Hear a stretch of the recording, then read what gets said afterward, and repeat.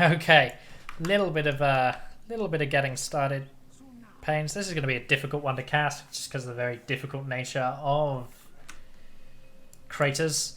But we are back. This is game number 3. Of course, Koopa took game number 1 against Keith on a very interesting pressure point game. Keith retaliated with a game against Koopa on face-off, which brings us to the third map. It is Craters. This is game number 3, and as the blue player rotated to the green position, we have Koopa.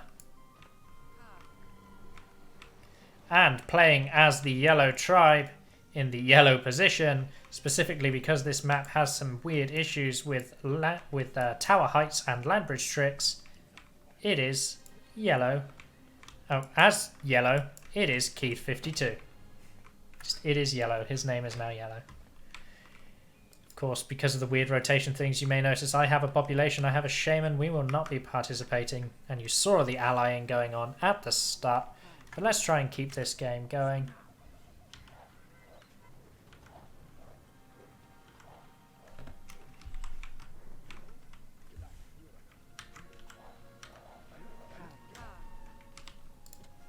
Charge a volcano, as is tradition when we are not set to the spectator spot. As we can see, tower's going down first. This first totem is a firestorm. This totem is erode. Both players are going to be pushing their way to their firestorm totem, then to the center, and then to each other. I've only seen this map one other time in the tournament so far, and that was for a very exciting game 3 between Mami and Phoenix in round 1. Of course, this is round 2 now. Koopa came in replacing Tundar, who decided not to show up for his tournament games. And he has been more than a threat for the Asgard player right now. Of course, it's always ambiguous when it comes to game number 3. Comes down to everyone's played Pressure Point, but who knows these other maps better? Who knows Face Off better? And who knows Craters better? It's very hard to say.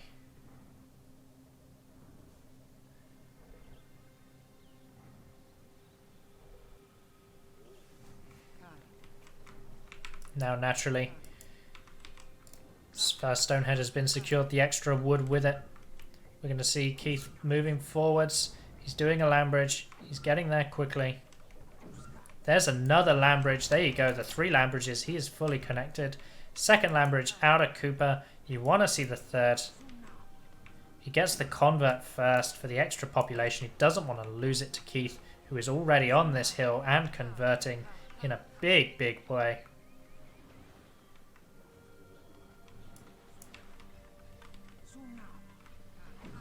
Almost all of this middle hill is now Keith's. He did much better on the convert than Koopa did.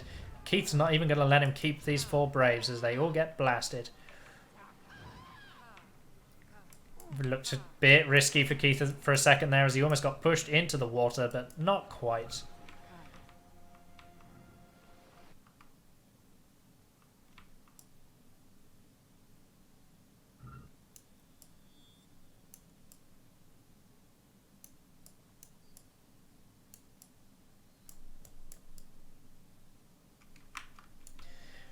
Looks like Koopa does not know this map as well as Keith does, as they're asking about the number of maps, but both preys are going down. It's easy to charge the land bridges on this map when you know you're getting the destructive spells of the Firestorm. That's going to get you into any base anytime. So long as the shamans are not being careful, they're not doing the dance. Koopa finds himself some more converts in his own base. Picking up a few extra wildies, turning them into loyal followers, ready for the war ahead. This little bit of his base needs to be built out, and he's already building on his side strip. And I imagine it's largely the same for Keith. He's got a warrior hut on the way already. Lambridge is starting to fill in his centre. He wants to build even more, wasting no time at all doing it.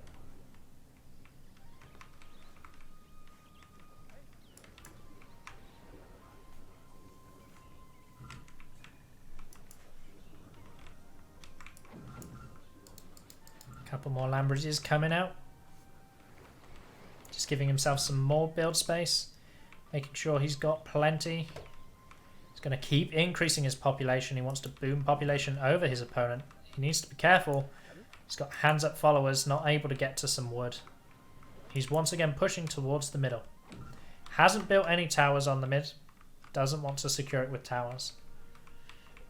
Koopa has opted not even to connect to the mid thus far, as he too is filling out his own island for some extra huts.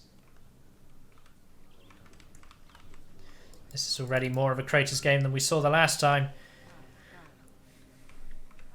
We saw players take very decisive victories. Now, of course, we are actually in the other bases, but the rules do state that the players cannot occupy the other bases. They cannot take the wildies from the other bases, nor can they take the wood. Koopa decides to force Keith to use another land bridge to connect them. There was nothing for him on the middle island anyway. A road is not that useful, except when combined with Earthquake for the mana that it costs, and both Shamans trade lights, both Shamans go down. There is not an early Firestorm for either Shaman to be had in the other's base. But this is a warning, this is a threat. With Shaman dead, these men can go on the middle and be much closer the next time around. Warrior Hut is up for Koopa, but he hasn't got any warriors out quite yet. Fire Warriors are on the way, they are filling the towers, they are taking care of business. Making sure there's a little bit of defense. Keith is completely neglecting defense. He doesn't need the towers, he doesn't want the towers. I can stop your fire swarm with just my troops and my shaman skill, says Keith52.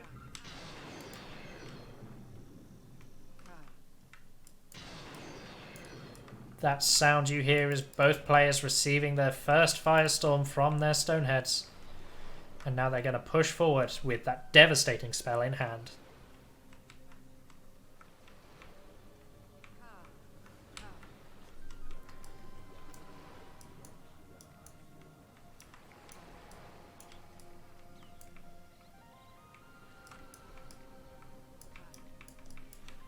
Once again, both Shamans are forward. There's nothing really for Koopa to secure here, except his own peace of mind, as he pushes forward with 3 warriors, catching out a couple of the warriors of Keith52, but he's going up an incline. The S-click is good. Keith's a little stuck on a mound, but otherwise he's charging forward. The warriors are coming with him. This is looking very dangerous for Koopa right now. He needs to find a way to force Keith to panic Firestorm. Don't doubt that Keith will, but he needs to really put on the pressure. Blast is good, sends the warrior flying into the drink. Shaman pushes forward. Warrior is running distraction, keeping the tower busy as the Ghost Army goes down. They should be ordered to pull the Fire Warrior out of the tower. Even bait the Fire Warriors out of the hut. This was very heavily defended from Koopa. He didn't want to let Keith in, but all it's doing right now is it's slowing him down. And slowing him down is fine so long as his next Shaman kill is good. And it is good. He finds the kill onto Keith as Keith goes into the water. But he is pushed off of his totem. He is pushed off of his stone head. This is going to affect the timings of their firestorms a little bit. Keith will be the fastest to 2 firestorms. Could make the difference. Trades out one of his own braves as he kills that warrior. This warrior watches the horizon, sees the men flying into the water and is like, I would rather not. And he runs home. This warrior is contributing to his part of the village people cover with the letter Y, as he is stuck. Koopa is pushing forward, finally taking the middle ground. The warrior looks at him. The warrior is like, oh, okay. Warrior is very stuck on that hill. He's clearly been targeted onto something he cannot reach. Keith is alive and Keith is moving forward. He wants to be careful challenging this high ground, as one light could spell the end of him. The high ground advantage is real for a Shaman, but the maneuverability up there is also not very good, so it's a little bit of a catch-22 scenario. If he misses the light and pushes Keith forward, it could spell his demise, but if he hits the light, it's an easy entrance into the base of Keith52. He does have a Firestorm locked and loaded. He's probably got some other spells locked and loaded. The Ghost Army goes down. They're just patrolling. They're just providing a bit of a push threat.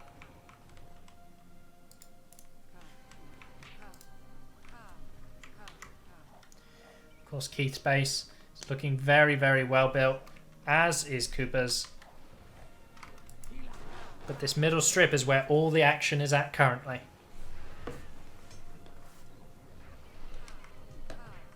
This is game number 3 of the Populous tournament.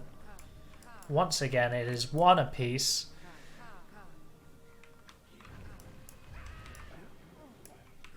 And what a shot from the Fire Warriors. Koopa rolls right into the water. Keith buys himself a window to take this island back.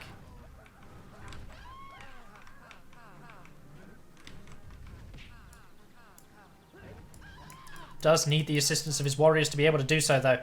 He needs to be careful because the range increase of these Fire Warriors is just so extreme. It's very hard to approach with the Shaman without wasting the mana for things like lights. So he's using the warriors to make sure they all get cleaned up, cleared out, and moved along.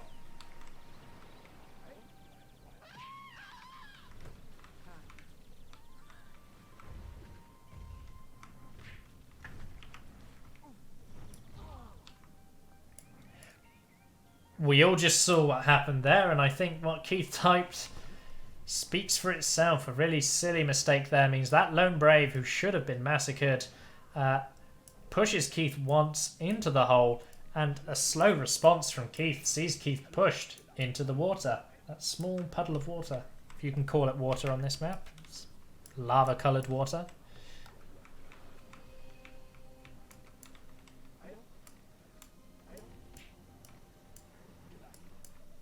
Of course, you'll see a lot of this toing and froing backwards and forth across the middle for these players.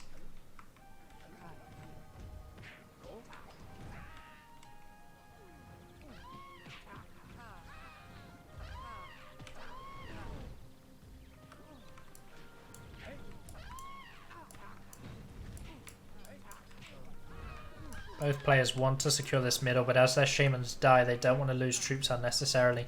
Keith is alive. He is coming closer. He is looking forward to securing himself a kill.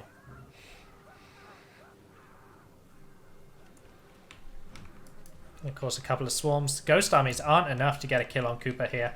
He needs something to threaten this hill properly. He's got a Brave tasked on Koopa, just being annoying. And it is a real Brave as well. Doesn't quite hold Koopa still long enough to get the light. Keith's had enough. Throws out the first Firestorm of the game. He gets them for free, so he doesn't need to worry about holding them per se. But is it that effective? The lights trade. They don't find their targets. Keith's being very careful. His light pushes Koopa forward, and it's exactly as we said. Both Shamans go down, but that looks better for Koopa than it does for Keith. Because Keith had to use a Firestorm to get that.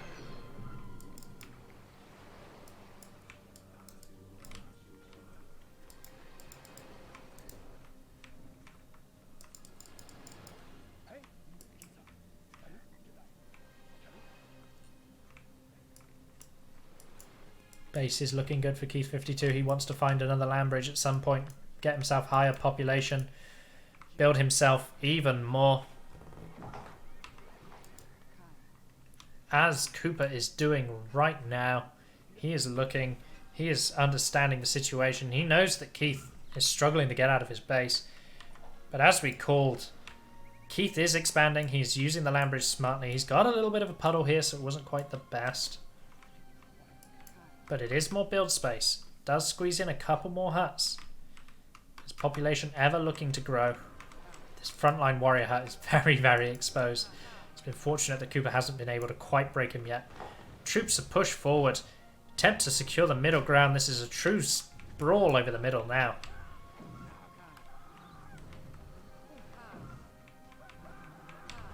Swarms are going down. The men are running everywhere. Left, right and centre. They are afraid. They are panicked. They are scared. Fire Warrior is emptied out of this tower, but he does decide to return home. He is once again back in the tower. The defense is back up. But this mid is looking like a bit of a mess right now, as there are players going left, right and centre. The final spell is awarded from that Stonehead as it sinks into the ground.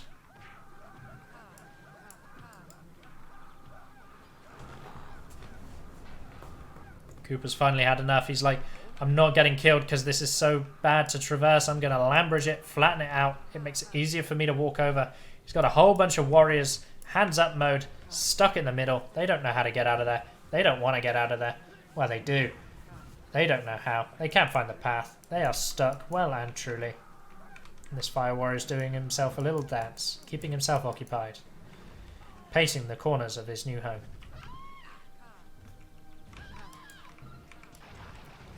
Shaman kill is not good. Doesn't find the kill.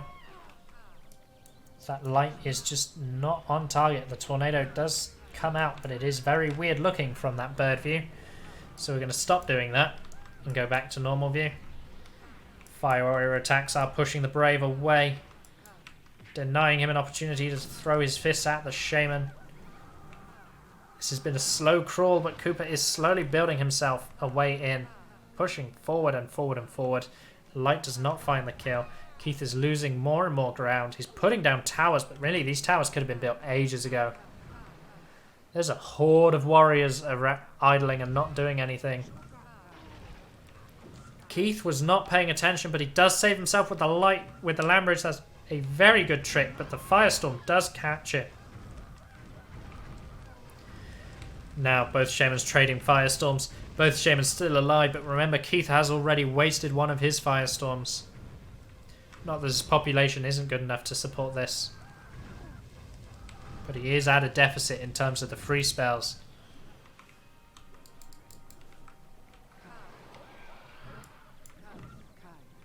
Swarm cleans up those ghosts like they're nothing. The warrior is afraid of bees. He does start to run. Blast can very easily push these fire warriors into the water or over your head, depending on what the shaman prefers at the time. That brave was, well, brave running into fire warriors like that. It's not securing very much. Another warrior goes into the water. Another fire warrior goes into the water. The lightning finds Keith. That is a big opportunity as the prey completes and the stonehead finally sinks into the ground for Koopa. Oh, he misses the light on the 3 fire warriors though. The combination of the push and the fire warriors almost send him into the drink. Warriors are charging forward. He brings forward his own fire warriors just to stop himself getting pushed around a little bit. Buy himself an easier path into the base. This warrior hut that we said was very exposed is now exactly that. It's very exposed. Lovenji, tornadoes, more fire warriors are coming out. The ghost army on the shaman. Firestorm goes down. He dies, but he finds a firestorm on some huts, on some population. He does a little bit of damage. Secures himself a comfortable pop lead. And just to add insult to injury, that tornado in the final moments of its life, it picks Keith up and just throws him across his own base.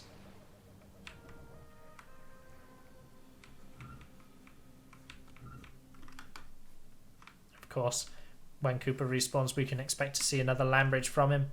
He's done much better at controlling the side strip than Keith has. He's even got a second warrior hut here. This will probably have fire warriors in it. He can build here at some point. He is building here.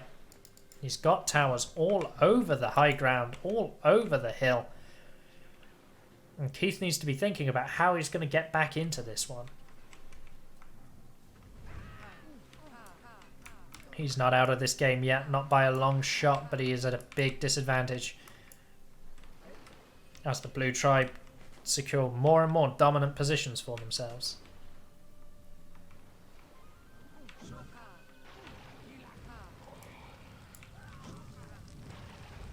It's 1 light. It's 2. It's just slowly clearing up the towers, damaging them, but the fire warriors are chasing. They want the kill. They thought they had an opportunity to finish off the shaman and buy Koopa an easy way into the base. And in fact, they're not giving up the hunt. They are still chasing. These warriors are coming forward to massacre some ghosts. Koopa's easy path paying off as all of his troops are just quicker to the front line than the other way around. He's got all the towers to secure it as well.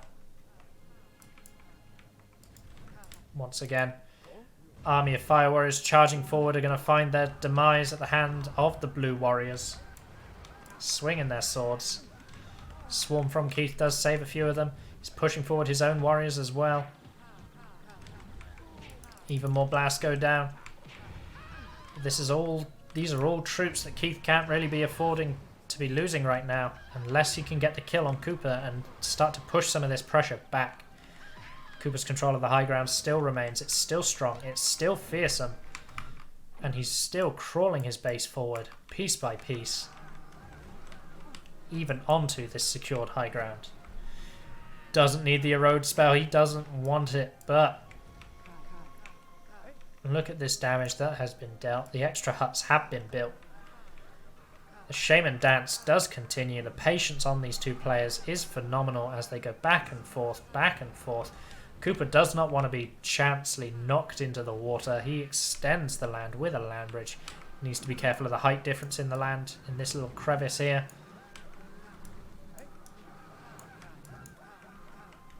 Keith dips into the tower. He recognizes an immediate threat. He wants the extra range. He wants to threaten Koopa. He wants Koopa to have to back off and leave him alone so that he can rebuild some of his base.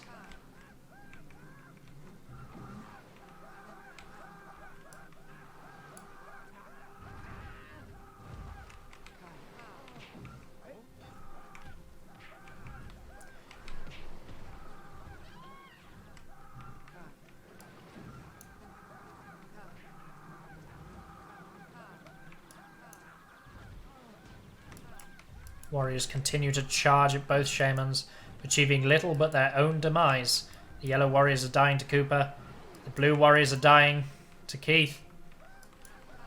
But you've got to be feeling uneasy if you're Keith. 90% of this game has taken place in your own half of the map. It hasn't even been in the middle. It's been on your strip. It's been on your side. You've got to be knowing your defense is weak. He dodges into the tower. He gets out quick enough to not be killed by the retaliatory light. His own lights do not find Koopa. That's the kill on the Shaman. The warriors charge forward. The Braves and the Fire Warriors push back in response. They want to kill the Shaman. The Landbridge saves his life. Bit of a panicky swarm there with the defense from the high ground, but hey, you don't want to risk going down when you've got such an opportunity. This is a tournament game as well. This could be game number 3 going to Koopa. Keith sends everything he can, Fire Warrior after Fire Warrior, at Koopa. He wants to stop him getting into the base. He's doing everything he can. The ghosts go down, the swarms go down, the Shaman is getting knocked around, but she's not dead, she's not under threat.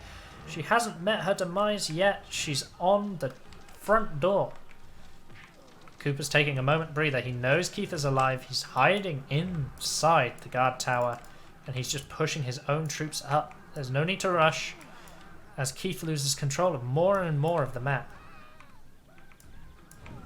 It's actually looking very bad for the Asgard player. His Fire Warrior hut is pumping up Fire Warriors. It's not really safe for him to be training warriors right now as his Warrior hut is on the front line and that's the only one he built. Continuous pressure of trooping outside from Koopa. It's looking very good for him. The land bridge does extend this path even more. It would make land for Keith to build on if Keith was able to. But Keith can't buy himself the time. Koopa takes a breather to send in even more troops. It's just a continuous pouring in of warriors and fire warriors. Koopa knows he has the troop advantage. He knows the warrior hut is in a bad way. He can just deny this land from Keith and really just make the Asgard player feel weak right now.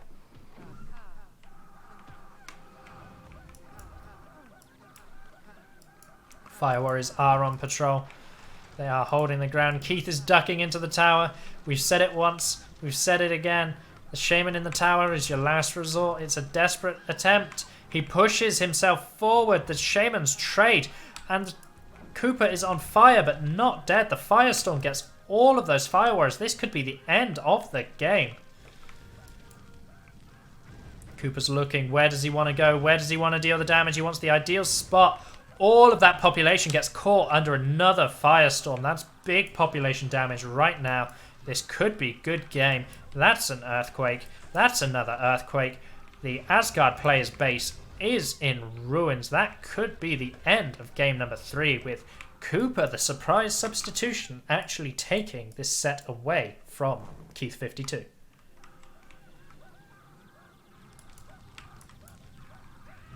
Keith52 calls the GG and he quits the game.